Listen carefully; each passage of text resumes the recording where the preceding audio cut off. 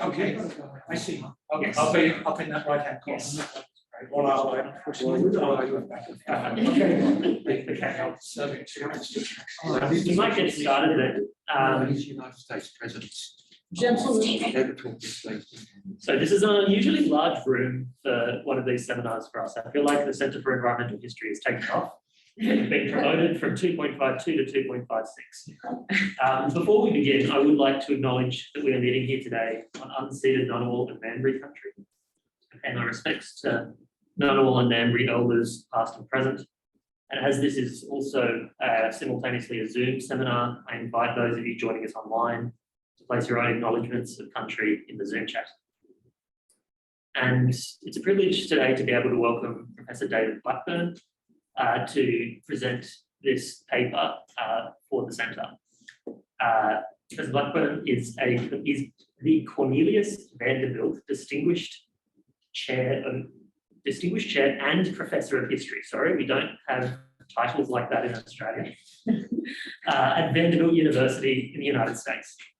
He previously taught at London University and Harvard, and is the author of a huge back catalogue of influential and award-winning works of German history, including the particular interest for us in this seminar, The Conquest of Nature in 2006. So I'll hand over now to David. Thank you very much, Rowan. And my thanks to ANU for this invitation. It's been a tremendous visit, as I've just been saying to Julia. It's everything I could have hoped for and more, so thank you. And it's a pleasure to be here to give a lecture in person after giving a Zoom lecture just over a year ago. That lecture a year ago on the German Atlantic in the early modern period drew on the book that I've recently finished called Germany in the World 1500 to 2000, A Global History. And I'll be glad to talk about that book, not yet published. But today I'm revisiting and reflecting on questions that I first took up in the book that Rowan mentioned, The Conquest of Nature. And I can still vividly remember the first talk I did after that book came out. It was at the Geography Department of the University of California, Los Angeles. And the morning of the lecture, I left the university guest house, went out into the sunshine, and saw thousands and thousands of students lined up, and cops keeping order. And I thought, wow, a famous spread. Turned out Bill Clinton was on campus to give a talk at the same time. The most moving occasion when I've spoken on this subject was in New Orleans, 15 months after Hurricane Katrina. And they gave me the so-called misery tour. I saw for myself the extraordinary devastation in the lower Ninth Ward and elsewhere in the city. And as I pondered giving today's talk, I can remember thinking that wildfires were more of a familiar disaster in Australia than floods. And then, of course, I don't need to finish that sentence. We all know that the globe will be facing many more fires and floods in the decades to come.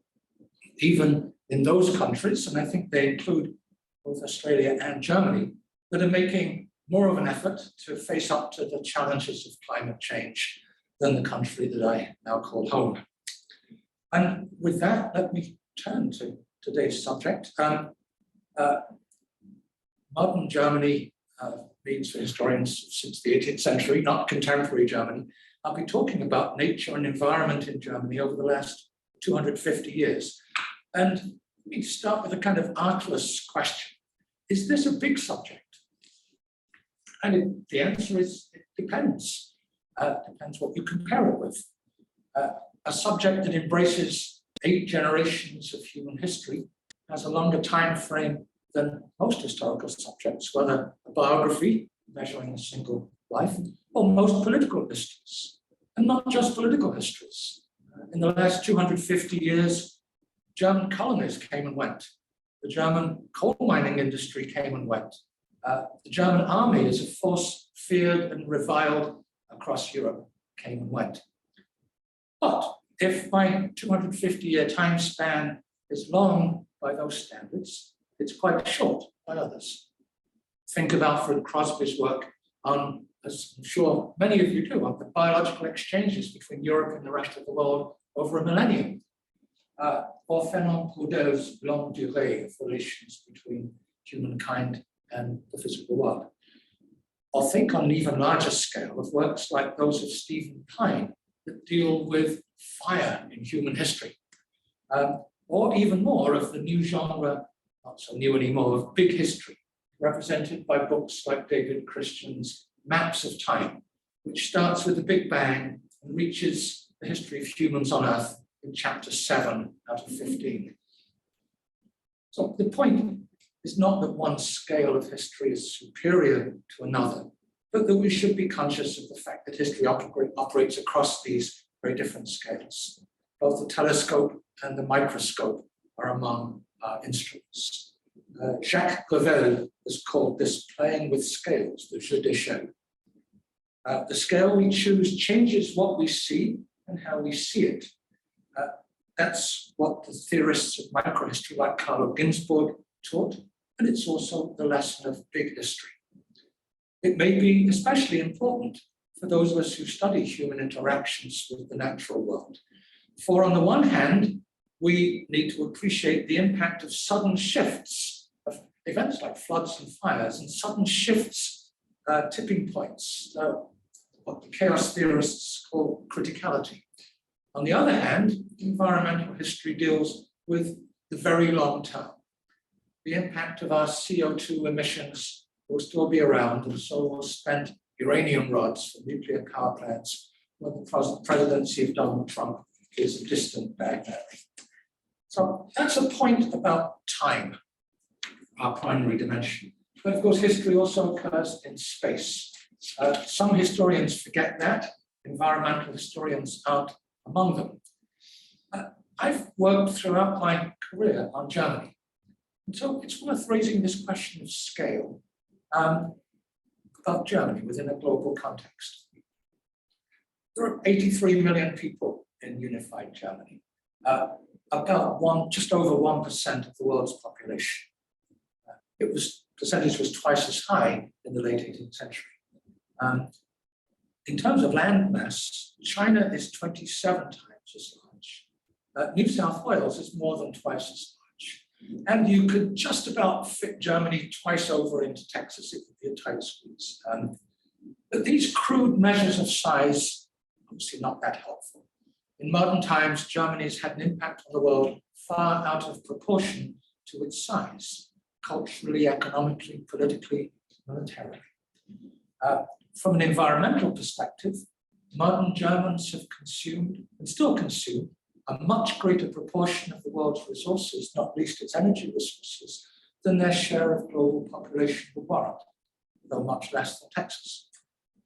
On the other hand, Germany sets very high standards now for conservation and monitoring energy use.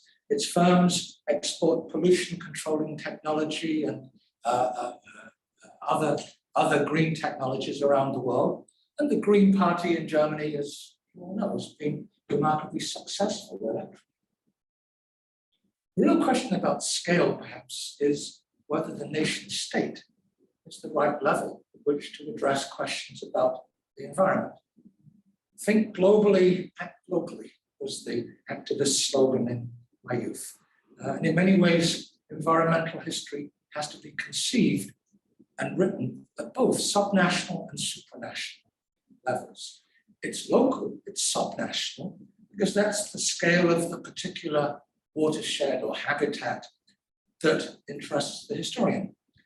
The conquest of nature is made up of a series really of local studies that range from the marshlands of the Oderbruch, east of Berlin, to the upper Rhine Valley in the west, from the moorlands of the Friesland Peninsula in North Germany to the Bavarian Alps in the south. But if environmental history is often pursued at a scale smaller than the nation state, it obviously often transcends national borders. The Oder, the Danube, and the Rhine are German rivers, but they're also international rivers. And when unwelcome things come downstream, whether floodwaters or pollution, they don't respect national borders. But those borders still matter. And no apologies needed for for talking about environmental history within the borders of a nation state like Germany, because that history inevitably is bound up with national politics and power. And that's one of my themes today. A particular highly charged example of that is how we evaluate the Nazi regime and nature conservation, the green and the brown, so-called. And that's one reason why I've titled this lecture A Difficult History. But my second major theme is also difficult. How do historians situate themselves in relation to the long sweep of environmental change? I want to argue that too often an unattractive choice presents itself between optimistic and pessimistic accounts. And I want to suggest a way of trying to get beyond that. My third and final theme also raises difficult, certainly interesting, I think, questions. They're contained in the word nature, which in English and in other languages means two different things, or more than two, but two main different things. It signifies both the projection of human ideas and emotions onto the natural world and that world itself, the atmosphere, lithosphere, hydrosphere, and so on. That's the distinction Germans make between nature and nature in itself, die Natur an sich. I believe strongly that the histories we write should try to address both. There are many different lenses through which you could trace the long-term history of a changing environment and changing relations with nature in Germany. You could, as many German environmental historians did, say in the early days, in the 1980s, follow the trajectory of environmental pollution. This might start with the airborne pollution caused by moor burning, an import into Germany from the Dutch in the 17th century, which produced great blue-black hazes of smoke over northern Germany. Depending on the wind, it blew as far as Lisbon or St. Petersburg. That story would continue through the era of high industrialization, with the scourge of factory smoke and the pollution of rivers like the Emscher. It is described in the late 19th century as dark black in color, giving off a pestilential stink, a river poisoned by ammonia and tar. That trajectory wasn't fundamentally altered until the 1970s, when both airborne and waterborne pollution were contained and indeed reversed. You could also look at German environmental history by examining what happened to German flora and fauna over the last 250 years, a subject on which there's abundant evidence from botanists, zoologists, and the researchers of many local natural history societies. Almost 40 years ago, in the early 80s, I thought quite seriously of writing a book about Germans and their relations with animals. Alas, I didn't. I wrote a book about apparitions of the Virgin Mary instead, something very different. But others have, although there's still no single history that brings together some of the key elements in that history. The deliberate hunting to extinction of species like the wolf and bear through the early 19th century. The less dramatic, but more widespread disappearance of many, many species across Germany in the 19th and 20th centuries because of habitat loss or disturbance. The arrival of invasive species in their place, but also the vigor of animal protection efforts in Germany, which took off in the 19th century. Friedemann Schmoll and others have recounted the parallel history of declining bird species and the efforts on the part of Germany's very powerful ornithological societies to arrest this development. And it hardly needs to be said that these arguments about conservation were closely tied into debates about culture and values, German culture and values. And that's also preeminently true of another potentially rewarding way of writing German environmental history over this 250 years, which is by looking at the German forest. There's probably no other part of the natural world that's become so encrusted with myth so linked to national self-understanding as the Germans and their forest, their Deutschewald. In the modern era, Germany was also the undisputed fatherland of forestry. Back to the 18th century. If the Dutch were the masters of hydraulic engineering, Germans were the pioneers of scientific forestry, so-called, in the 18th century. Yet Germany was also the country that led the challenge to that, the trees in very straight lines, so on in the 18th century. The challenge in the 19th century and beyond. And I'm referring to the doctrine of the so-called Dauerwald, the sustainable forest, which sounds good. We applaud this, from an ecological perspective. But it was an idea that was tinged, in fact, with much less attractive, folkish, racist kind of ideas. The history of German relations with the forest has an interesting contemporary or very much more modern tailpiece. Few issues mobilized green opinion in Germany in the 1980s as successfully as the battle cry of Waldsterben, the dying forest linked to acid rain, as in this famous Spiegel cover. And yet, as Franz Josef Bruggemeyer demonstrated, the arguments about the dying forest were empirically very shaky. Researchers have shown that trees in Germany were growing faster than ever before in the second half of the 20th century. Forest acreage in Europe increased by more than 40% between 1950 and 1990, and Germany recorded some of the largest increases. Like the alleged wood shortage of the late 18th century, also persuasively demolished by Joachim Radkau, the dying forest turned out to be a myth.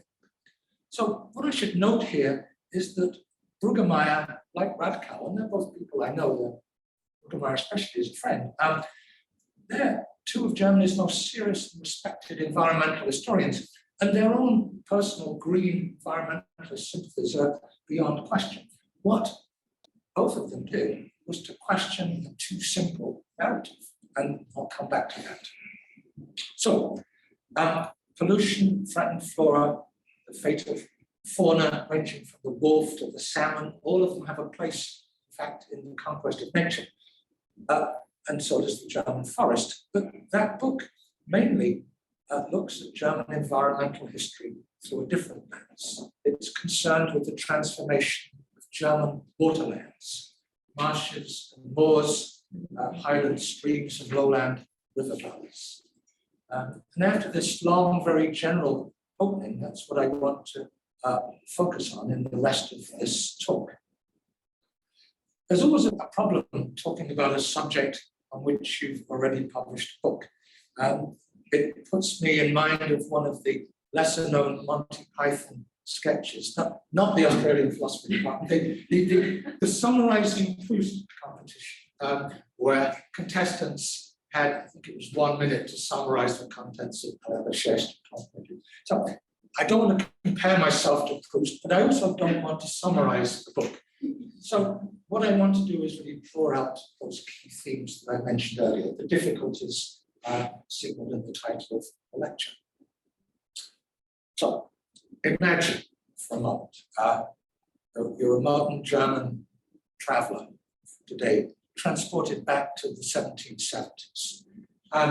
Even if you stay away from urban areas and from obvious contemporary features of the landscape like the Autobahn, high-speed rail tracks, there are many aspects of the natural world that would look completely different. You wouldn't get very far before stumbling across land dominated by sand and scrub much more than today, and especially by water.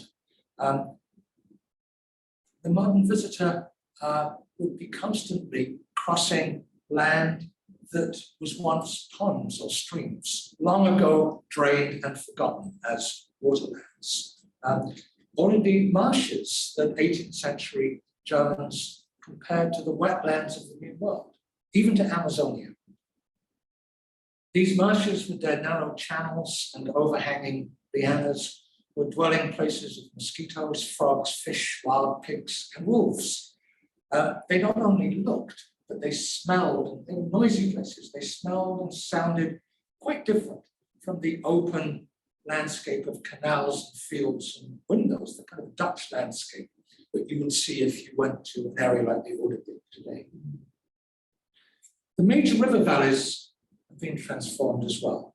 Unlike the modern river artery, engineered to flow swiftly in a single channel between embankments, the 18th century river still meandered over its floodplain or made its way through hundreds of separate channels divided by islands, sandbars, and gravel banks, perfect spawning grounds for fish.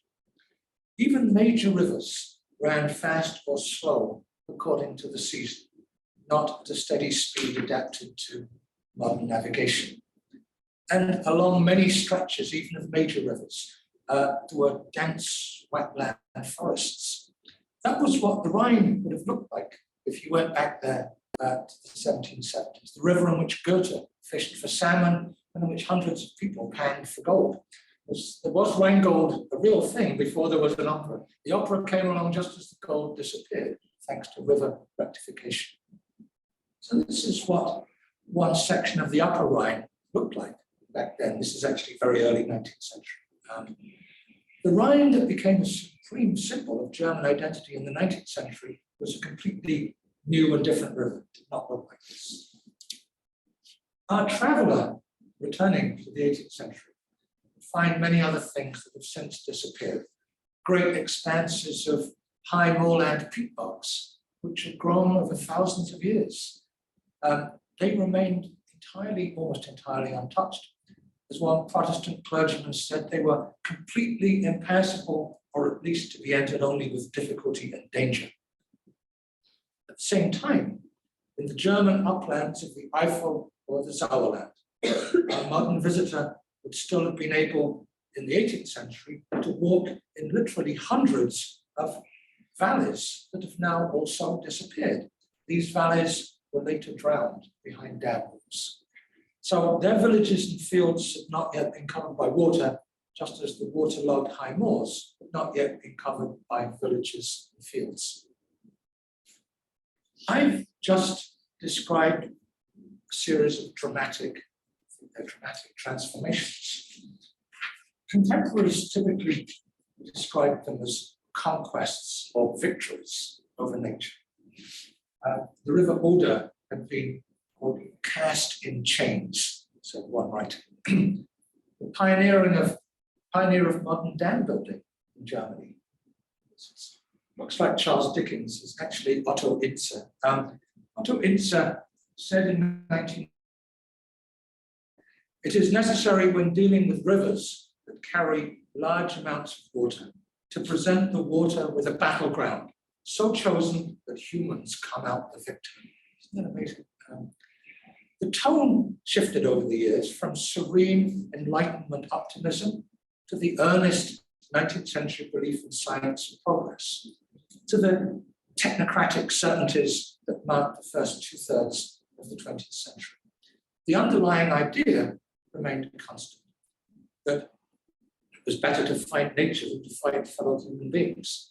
And that's a reminder, I think we need reminding, that for much of these 250 years, the conquest of nature was a cause identified more with the left, with the kind of swords into plowshares optimism of progressive opinion, a view that survived in East Germany right through to the end of the regime.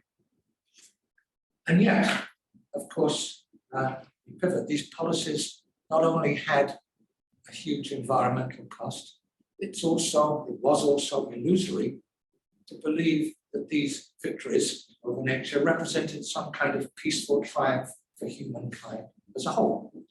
If we look at what was involved in these changes, draining marshes, strengthening rivers, dam building, they could well be described as a series of water wars that set some Germans against others.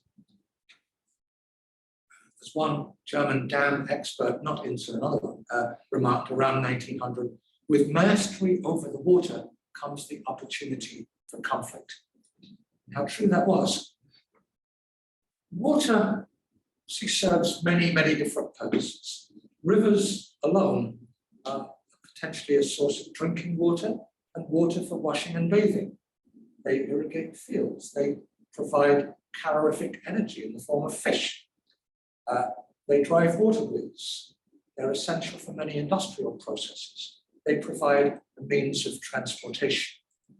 Every major rearrangement of German hydrology over the last 2 centuries or so set rival users against each other, as rivers and wetlands were remade to serve new interests. In the early years, the conflict was often between sort of fishing and hunting and agriculture. Later, agricultural and industrial interests faced off. Later still, one powerful industrial interest might be pitted against another. Inland navigation, for example, wanted dams to maintain a steady water level in rivers. Energy producers wanted dams to generate hydropower, two conflicting interests. Hydro, in turn, exposed social and political differences between the coal-rich German north and the coal-poor, but hydro-rich German south. And cutting across these many conflicts, there was often a clash between local or small-scale and larger-scale interests. And usually it's the big battalions that came out on top. The state played a major role as broker. Sometimes it drove the process. On lots of occasions, especially I'd say in the late 18th and early 19th century, the physical power of the state, soldiers, was needed to push through changes against resistance. Later conflicts typically resolved more through changes in water law. In short, if you look at how Germans transformed their waterlands, you can see where the lines of power ran. The human domination of nature has a lot to say about the nature of human domination. So, what I've called these water wars were not just domestic. Like modern water wars in the Middle East and elsewhere, they extended beyond the borders of Germany. Transformation of the German hydrosphere was often the byproduct or the handmaiden of actual war. One purpose of the drainage projects fostered by Frederick the Great in Prussia was to remove those dark haunts that harbored army deserters. They actually did harbor deserters as well as wolves and mosquitoes. And it was fitting that soldiers were often centrally involved in both the construction and the protection of these sites. The 60-year project to rectify, so-called, the course of the Upper Rhine by making cuts and straightening the river, conceived by another army engineer, Johann Tuller, was conceivable only because French armies had simplified the map of Europe and of Germany by destroying the Holy Roman Empire. Draining the high moors in the 19th and 20th centuries was also connected in at least 2 ways with military conflict. Some of the work was done by POWs from the Franco-Prussian and First World Wars, and the pace of land reclamation in the moors quickened after 1918 because Germans came to see themselves after the Treaty of Versailles as a people without space, Volk ohne Raum, so that every cultivated hectare counted. The Nazi regime upped the pace of moorland drainage as it prepared for the next war by trying to make Germany more self-sufficient in food. After 1939, German military occupation of Eastern Europe unleashed huge Nazi hydrological projects. They combined technocratic hubris with racial contempt for the Slav peoples whose quote-unquote disorderly land they had been seized by the German occupiers.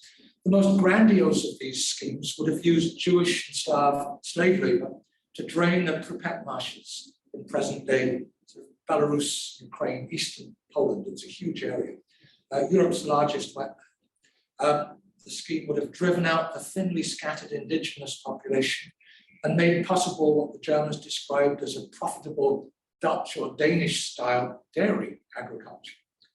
The governor of the occupied Netherlands foresaw the deployment of hundreds of thousands of Dutch colonists who he thought would willingly go and reclaim and settle the marshes. course, there's no evidence at all that there were any Dutch volunteers for this task, let alone hundreds of thousands of them. And this madcap project was overtaken by German defeat. But the point is that from the Vistula Valley to points east, Ukraine, Belarus, racial engineering and hydrological engineering were intertwined in the minds of the German occupiers. There's a lot more I could say about that. This brings up a pretty large question. For surely, alongside its crimes against humanity, the Nazi regime showed distinctly green features that drew on an older conservative critique of modern society. That, at any rate, is what writers as different as Anna Bramwell and Simon Schama have argued, pointing to figures such as Walter Darré, Reich peasant leader and advocate of organic farming. Or one might add Hitler himself. Here he is with Bambi, Germany's most famous vegetarian, who liked to present himself as a protector of Germany's hedgerows and birds and moorlands. These arguments about the green National Socialists were actually sometimes in the early days used to try to discredit the German Green Party. There was even a term for this, the avocado syndrome, describing people who are green on the outside but brown, i.e. the Nazi avocado syndrome. Witty Germans. It was arguments like these that prompted Federal Republic's then Environment Minister, the Green Party's Jürgen Twitti, to push for a conference to be held on nature conservation and National Socialism. It took place in Berlin almost exactly 20 years ago, July 2002. I was one of the speakers. It was where I first met Joachim Radkau and some other major German environmental historians. Since then, a fairly long shelf of books has appeared on this subject. Where do we stand today? There's no doubt that there was common ideological ground between German nature conservationists and National Socialists. They shared a dislike of liberal capitalism and professed their attachment to the traditional countryside. They also shared a common racial biological discourse about the German folk supposedly rooted in its healthy, natural, native soil. One leading conservationist, Paul Schulze-Naumburg, was a major figure, was elected to the Reichstag as a member of the Nazi Party. Others, like Walter Schönicke, welcomed Hitler's coming to power.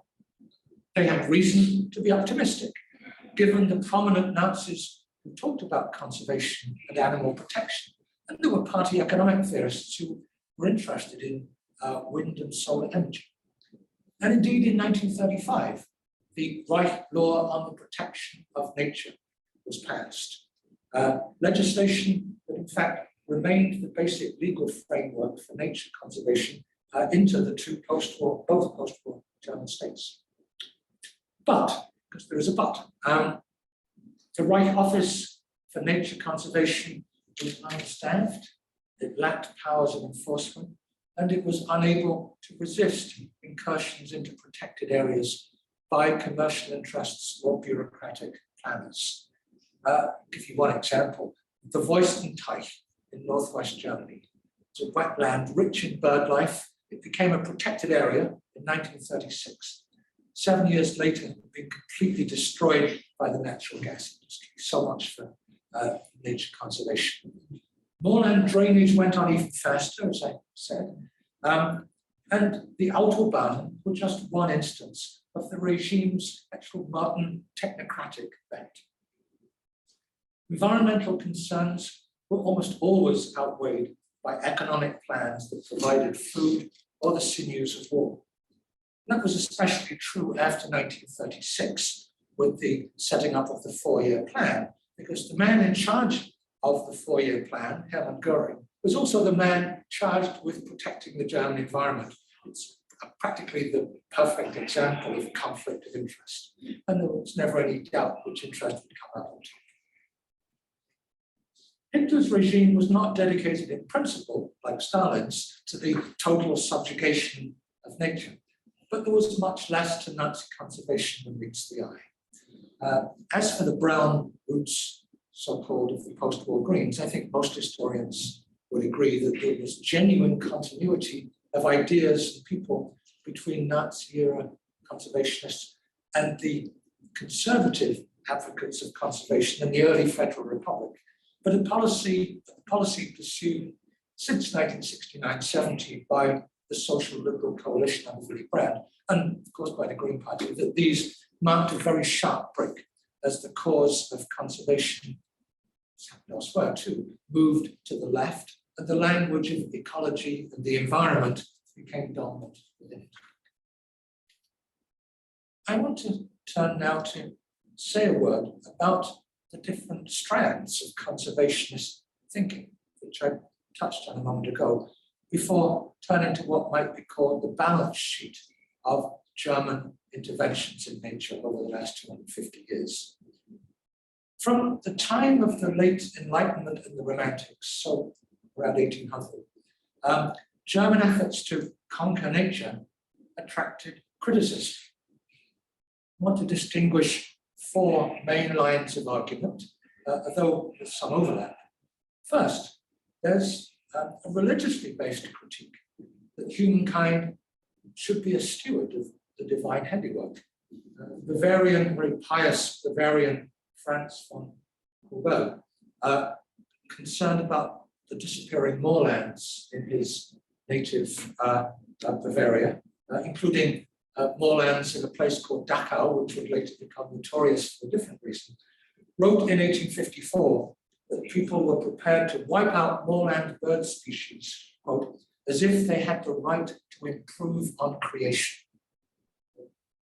That's was still a common argument a century later in the early Federal Republic among conservative Christian Democrats. Second, critics of human incursions into the natural world have emphasized the aesthetic losses, the destruction of scenic valleys, etc. A mainstay of conservationist arguments through the modern era, and still, of course, a powerful weapon of political mobilization. Third, there's what we call today the precautionary principle, although it's an argument that's been around much longer than the term itself. 200 years ago, there were voices in the Prussian Rhineland and in the Netherlands warning that rectification of the Rhine, straightening the river, would lead to floods downriver, which turned out to be true. Finally, there's the critique based on ecological arguments about the interconnectedness of the natural world. These arguments were essentially post-Darwinian, which makes it appropriate that the term ecology was coined in 1866, Ökologie, by one of Germany's leading Darwinians, the physiologist Ernst Haeckel, who defined ecology as the science of the relationship of an organism to its surrounding environment, its conditions of existence. We are heirs to all these ways of questioning humankind's hubris, although environmental historians are more likely to draw on those last two approaches. But here I want to go back to one of those difficult questions. Should we historians approach this subject with the prior assumption that human interventions in the natural world have been historically disastrous? Or to put the question differently, how far should those of us who sympathize as citizens green allow that to structure our historical writing? So let me use my own experience in writing about the transformation of German wetlands. There are two very different ways of framing this story, I came to realize when I was writing this. Call them the optimistic and pessimistic versions. One, an account cast in the heroic mold, the other, a morality tale of just deserts. The first is a narrative of progress. Growing human control over nature meant new land and an increased food supply, the end of malaria and local flooding, abundant drinking water, and a new source of energy from building of dams. Good things. Until a generation or two ago, when the idea of modernization began to lose its appeal. That was the upbeat register in which the story was usually told. It's getting better all the time, sang the Beatles in 1967, and most historians would still have sung along. Not many would do so today. We're much more aware of the dark side of human mastery and conquest. The victories over water had numerous adverse consequences. Polluted rivers, vulnerable monocultures on reclaimed land, habits of unchecked water consumption that are simply unsustainable. And in the case of flooding, what happens when you confine a river to the straitjacket and settle people on the floodplain is that you've exchanged regular local flooding for less frequent but much more damaging floods. Less frequent, but still quite frequent enough. And this is true of the Mississippi, it's true of rivers everywhere. And it's been true of the many once-in-a-century floods on the Rhine, Oder, Elbe, and so on in the last 30 years. And there are many other examples of the negative environmental consequences that followed the things I've been describing. Lowered water tables, widespread loss of wetlands and species, irreversible changes in some cases of the kind that ecologists with a sense of dark humor called Humpty Dumpty effects, who put things back together. So why do I find pessimistic accounts inadequate? So let me reassure you, not because I want to present a naively balanced account, but the spurious, very spurious balance in debates about global climate change. There isn't any serious debate, of course, about global climate change, just as there's no serious doubt about accelerating rates of species extinction or the major threat to the world's freshwater supply. But those examples actually point us back to this question of scale. Nothing in Germany's hydrological revolution is comparable in scale at all to the disasters wrought, for example, by some high dam projects in the global south, or to the gigantic Soviet misbegotten irrigation projects that destroyed the Aral Sea, a notorious example. There are also other reasons why my pessimism is qualified. One is that evidence of the damage caused by this transformation in Germany shouldn't blind us to the real advances that it brought in human well-being. This is a point that the excellent John McNeill was careful to point out in his global environmental history of the 20th century. That's something new under the sun. Secondly, in recording irreversible changes, the Humpty Dumpty effects, we shouldn't ignore other changes that were reversible and have in fact been reversed. German rivers are now much cleaner than they were in the 1970s. And current German and EU policy on flood control also rejects the straitjacketing of waterways. The watchword now is to move back those dikes where possible, it isn't always possible, to create or restore retention basins along the floodplain. Renaturing, as it's sometimes called, has its problems, but these policy shifts show what public opinion and political will can achieve, and we have to believe that those things are possible. Finally, some unintended consequences of human intervention have been paradoxically benign, like the reservoirs that actually became key links in the flyways of migratory birds and are now managed as valuable ecosystems in their own right. And let me give this a wonderful example of this. In the 1920s and 30s, German conservationists criticized a sewage farm on the outskirts of Münster. It took a different generation of environmentalists to recognize that with wetlands disappearing, this site began to attract large numbers of birds who were completely indifferent to its unnatural origins. And by the 1970s, environmentalists were campaigning to protect the sewage farm against proposals to build a nuclear power plant on the site. That's a great example. Instead of simply turning the old heroic accounts of human progress upside down, which is what pessimists do, I believe, like the American environmental historian Richard White, that writing the history of the environment requires a robust sense of irony. One central irony is that what conservationists wanted and want to conserve at any given moment was and is, in fact, the status quo at an arbitrary point between one set of human interventions and another. The residue, if you want, of yesterday's progress after it's acquired a pattern of naturalness. To give an example, since German reunification, the supposed naturalness of the Oderbruch, east of Berlin, has been a selling point. Nature is still intact, says one collection of photographs of the region. The area is a singular natural paradise, claims a local author. That's just not true.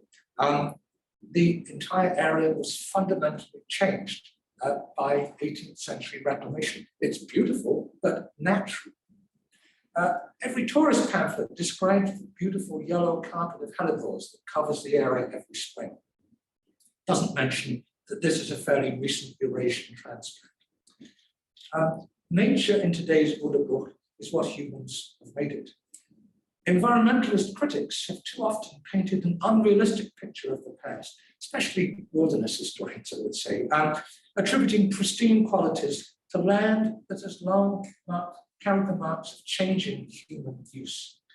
The point was unwittingly made, this is my favorite quotation from the book, a century ago by the moorland painter Otto Modersohn. I like him as a painter.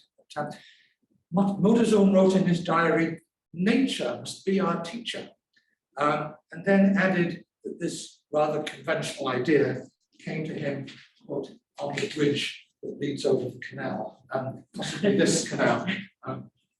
And that leads me, coming to a close, the final theme. My book uses a lot of evidence from painters, writers, travelers, and other observers of the landscape. Often, like Otto Modersohn, they were looking down, though usually from rather greater height than the bridge over the canal. So, for example, Matthias Merian, great 17th century engraver. This is an engraving of the town of Fritz, and on the edge of the Oderbruch. Behind this is the Oderbruch. So you've got the view down. And in my book, this, the view down is followed by descriptions of later observers who looked down not over this, but over the reclaimed land and saw, in the words of Ernst Weitkreuz, a large and beautiful garden. Or, as Theodor Fontana, the novelist, put it, a landscape of, quote, wealth and almost Dutch cleanliness. Very Dutch. I use similar evidence from painters and writers who look down on the Upper Rhine before and after rectification.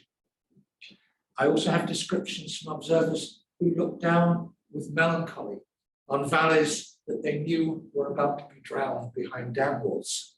And then from later writers entranced by the new body of water that filled these valleys, a genre known as reservoir romanticism. Yeah.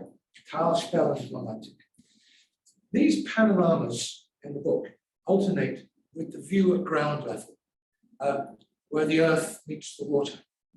The view that presented itself to fisher people and hunters, engineers and construction workers, farmers, and sometimes botanists. So the two perspectives, from above and below, differ in more than elevation. They're a way of saying that the natural landscape comes in two different guises. There's the cultural construct framed by these observers, and then there's the physical reality of rock, soil, vegetation, mud, water, physicality, and both deserve our attention. So, modern Germans made their natural landscape into repositories of cultural and political meaning. The Romantic Rhine, the German Rhine, the Great Green Garden of Germany, and so on. This is what Tom Leeken has called imagining the nation in nature. Rivers and moors became markers for human aspirations or fears. They came to stand for conquest or loss, beauty or ugliness, harmony or disharmony. Many historians have devoted themselves to mapping mental topographies of this kind. And with good reason, this is an important dimension of history. But sometimes reading yet another article about an imagined place or a constructed landscape, I want to complain, in the words of Gertrude Stein, she was talking about the city of Oakland, I want to complain there's no there. A sharp sense of physical place was once common in history books. The terrain of history was not just a metaphor. You could walk it, many historians did. This was true in the 19th century, before the domination of political history written out of the archives. It became true again under the impact of the great Annals school. Now, in an age of virtual reality, it maybe sounds a bit old-fashioned, but I'd like to think that we're seeing another swing of the pendulum towards a more geographically informed, more materialist history, maybe in parallel to the history of the body, which has also come to the fore recently, the last 20 years. Environmental history, which necessarily draws on the work of botanists, ecologists, and others, is necessarily, I think, an important part of this material turn, if it is one. That doesn't mean we have to abandon the cultural dimension. It's perfectly possible, in fact, it's desirable, if we're interested in, say, the history of German moorlands since the 18th century, to incorporate into our accounts both the poet Annette Droste-Hülshoff's famous description of the Erie moors, going across the Erie moors, and the results of pollen analysis and moor archaeology. Both belong to Germany's nature. So, as I end, I return to that distinction between nature, cultural projection of human ideas, and nature in itself, the complex of life forms on Earth, which of course includes humans. And I want to end by suggesting that it makes for better history to consider the two together rather than study either one in isolation. So thank you very much for your attention, and my thanks to those of you listening along.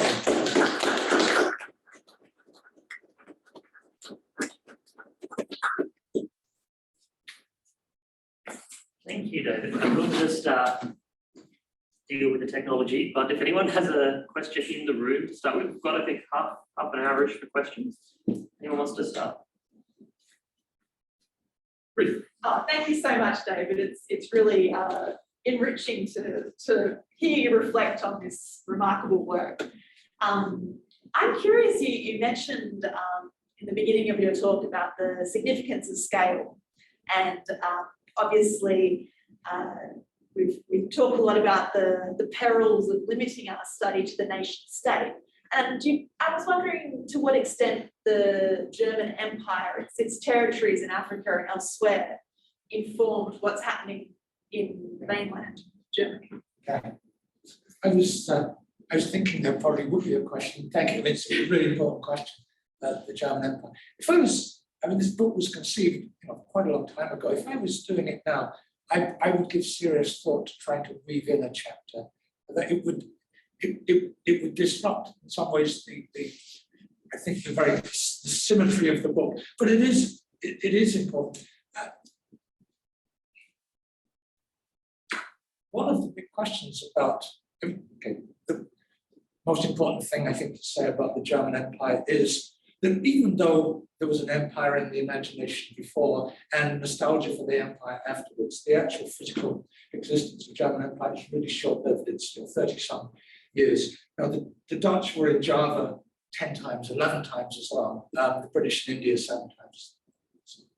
So that makes the argument about the colony as the empire as a kind of laboratory of modernity, that argument, it works much less well, I think, for Germany than it does for, there is work on especially the British and French empires and how things were tried out in the colonies and then applied in the metropole, whether it's urban planning or hygiene regulations or land reform. And it doesn't really work so much. It's more I would say it's more the transfer of ideas from the metropole to the empire. So, there is a more research station in Bremen before there is an agricultural research station in East Africa.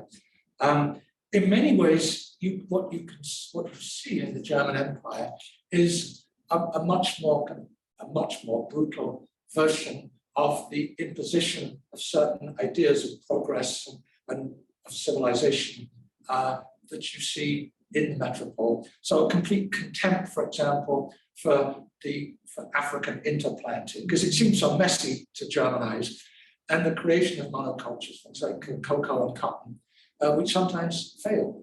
And of course, brutal land seizures, which meet with resistance and in turn are answered by genocide in German Southwest Africa.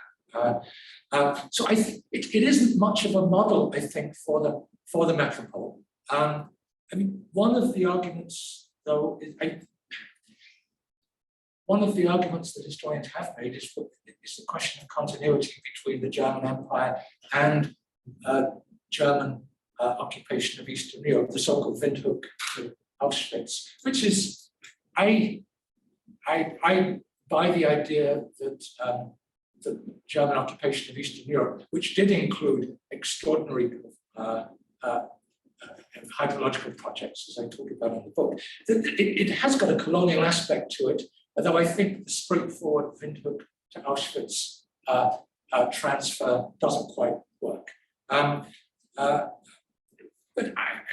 So not a model, but a place really where you see in the German Empire, a place where you see in sharpened form the same kind of hubris. Can I just add one other thing about empire? And it's something that features really strongly in this book that I've, a little plug for the book that's coming out next year. Because of the many empires that exist around the world before Germany gets its, and because Germany produces enormous numbers of scientists, it produces more than it can consume. What happens is that German scientists spread out all around. They're in the Dutch Empire, not so much the French, but they're in the Dutch Empire and the British Empire, big time. And that's true. I mean, most of the foresters in British India are Germans. Actually, this is true. There are German foresters in Australia and New Zealand too, South Africa. So Germans are helping to create European domination around the globe through their scientists long before there is a German Empire, and that's something that needs to be remembered. But I would just add one other thing to that. The fact that they are Germans in the empires of others also, I think, makes them a bit more independent and creates, there are examples, I would say the Forsters are an example in the Pacific, but so too are some of the German scientists in Siberia, in the Russian Empire. They're more critical of what's being done to native species and in some ways to indigenous peoples than are, and of course this is true of the Forsters, and it's certainly true of German scientists in Russia. So Germans are part of other people's imperial projects, but they also, I think, disproportionately are critical because, of course, they're criticizing other people's empires, not what Germans are doing. So thank you for allowing me to expand a bit on that. That's wonderful, thank you. If anyone has questions on Zoom, feel free to either use the raise hand function or put them in the chat and you can ask them in the room. And also just a warning, I have lost control of the technology completely. Camera has a mind of its own, it is zooming wildly around the room. And watching this on recording many years from now, I'm terribly sorry. Does anyone else in the room or on Zoom have any questions? Yes. Thanks very much, Dave. That was excellent, fascinating. I love your book as well. I read it some years ago, as I mentioned to you the other day. Where were the German economists? You see, in Australia, the battle between idealists with big development projects and their opponents. The opponents were nearly always hard-headed economists. In fact, the main enemies of big development projects in Australia prior to the rise of the conservation movement in the 60s and 70s were economists, as just pointed out, the population distribution is wrong for this, no market, whatever. So were there prominent, I mean, a very high proportion of Australian public intellectuals actually are economists. So probably the majority of them, I would guess. So were there schools, groups or individual German economists prominent in opposing or at least qualifying a lot of these big terraforming projects? Yes, you could say that from the early 19th century through to the early 20th century, certainly, economists are divided between those who are gung-ho for industrial progress and see this as a means of combating poverty and dangerous lower classes, but those who are who take a more conservative view are anti-industrialist, anti-developmental. There's actually a book by Kenneth Barkin 50 years ago, Kenneth D. Barkin, called The Controversy Over German Industrialization, in which he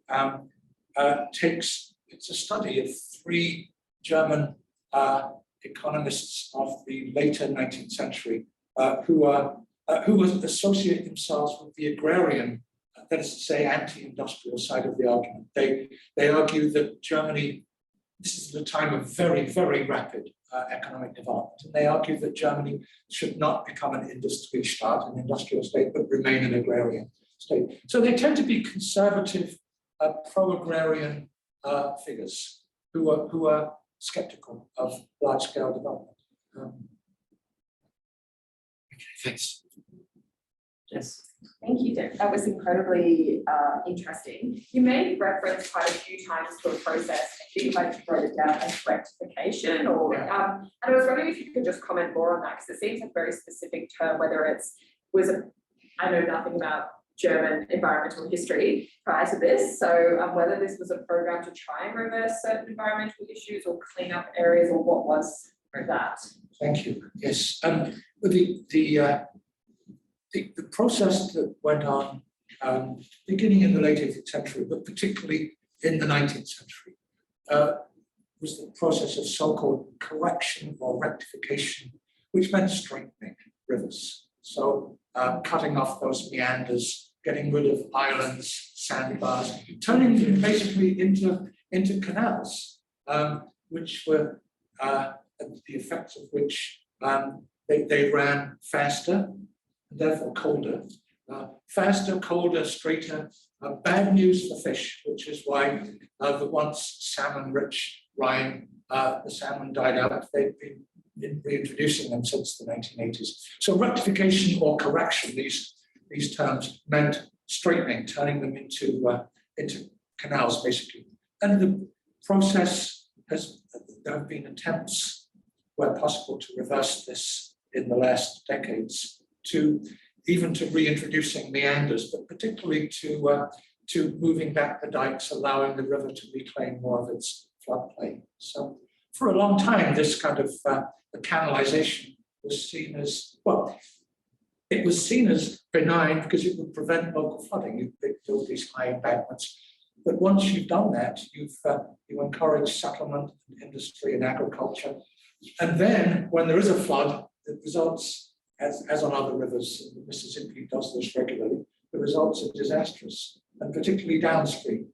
So that's really the process. It's something that goes on in every German river, large ones like the Rhine, Elbe, Oder, but also many, many smaller rivers, pretty much all of them. And the very small rivers, it's basically kind of just culverts, really. So, I would say that this renaturing has been, it's had some success, but there's clearly a limit. I mean, some of these the river, I showed you the Emscher, and it was just filthy. It's next to the Ruhr. It's in the Ruhr area. The Ruhr has now is completely deindustrialized. It's the old heavy industrial region. It's been museumized, as many of these old heavy industrial areas have been in Western Europe and elsewhere. And the rivers have been fundamentally changed. They've been cleaned up, and they've been turned into, they have cycle paths alongside them. So renaturing works on those smaller scale rivers. There's a limit to how much you can reintroduce meanders into the Rhine, however. So, thank you. Anyone else want to jump in? We have Ben.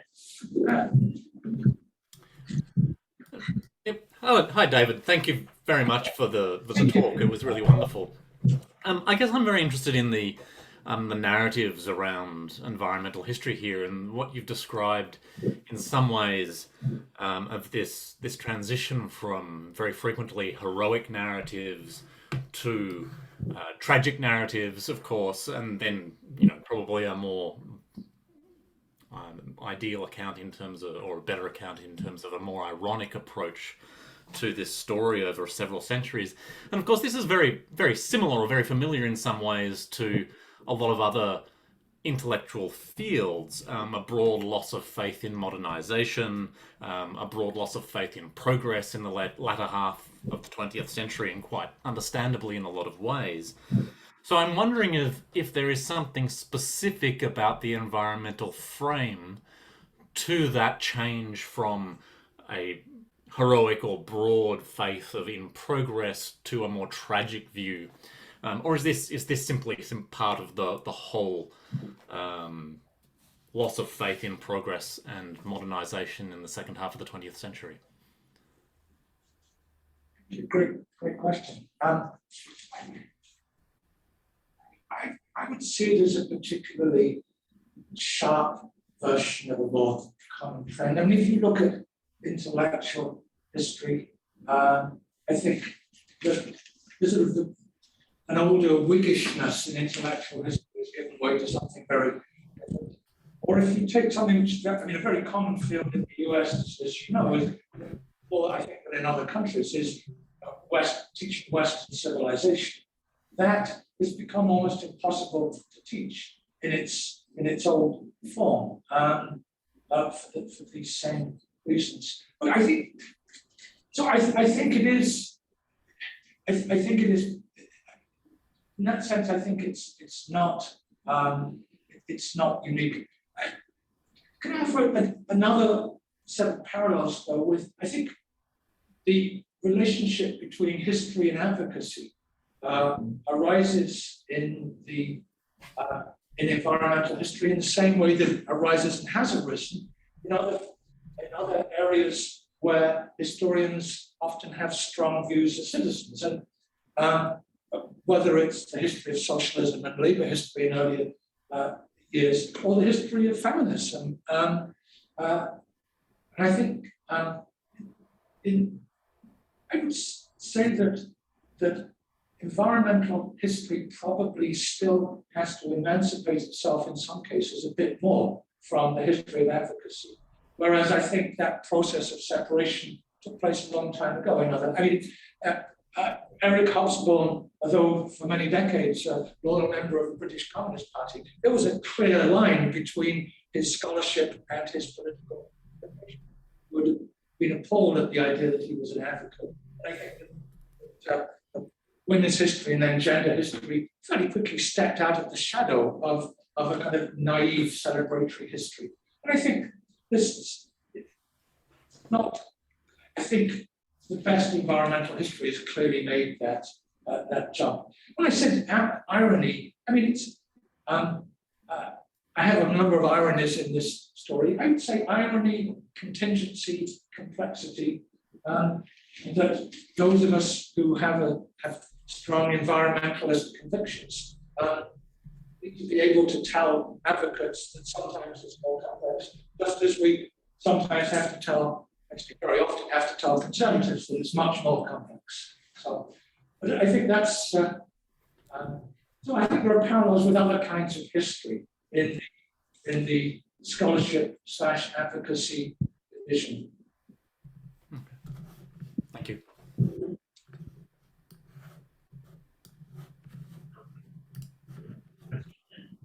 Which is a profoundly selfish question, but I thought, thank you for such a fascinating paper, because it was a really brilliant kind of discussion of environmental change in the German hydrosphere. But I also noticed that it was very freshwater oriented story. And in this seminar series, we've been looking at oceans, and we've got a paper coming up about Germany and ocean history. And so I was very curious if the sea figures in this story. Yeah, it's funny. One of the there may be people in the room who are coming to my masterclass, so-called, and 2 weeks from now. And one of the readings for that, it is come from readings come from a conference in 2011 in Washington, DC, about the needs and opportunities of environmental history. And we all gave very short presentations. These are sort of 2 and 3 page things. One of them is by John Gillis, who's written about islands. And the title of his short piece is The Blue Hole in Environmental History. And it's interesting. I think you're absolutely right. Okay. I mean, environmental history initially ignored 2 things. One was cities.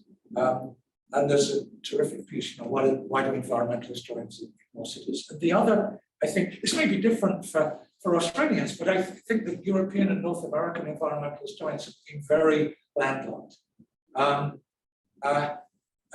With the, I guess the exception would be where the historians have talked about islands.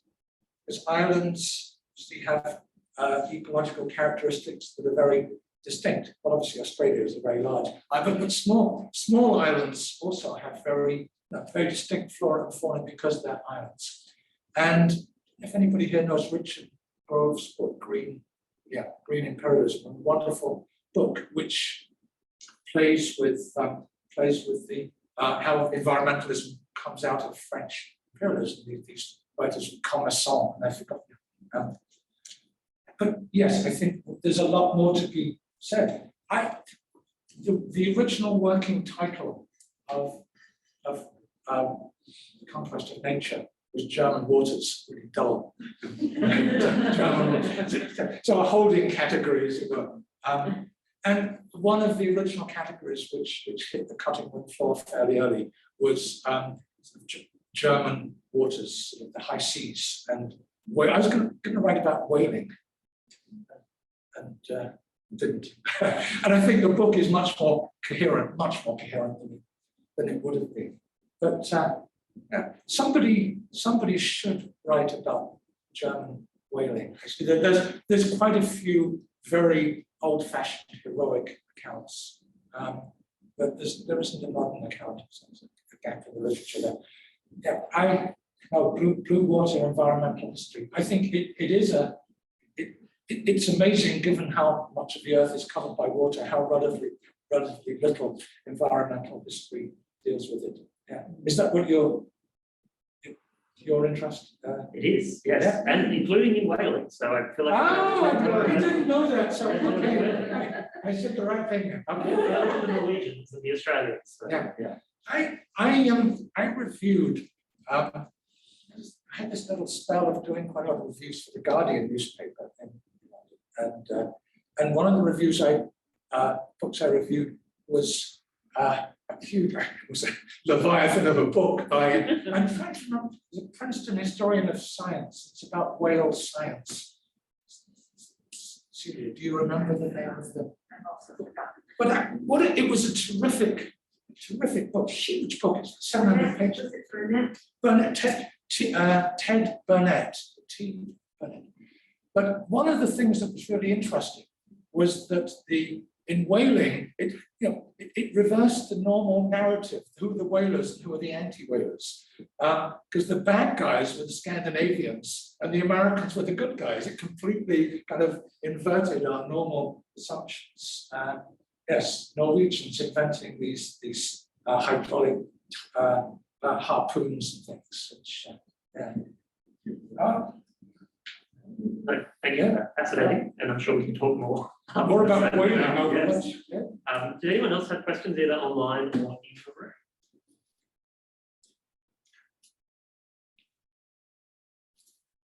This is the perils of the lunchtime seminar, is that I think people are anxious to get to lunch.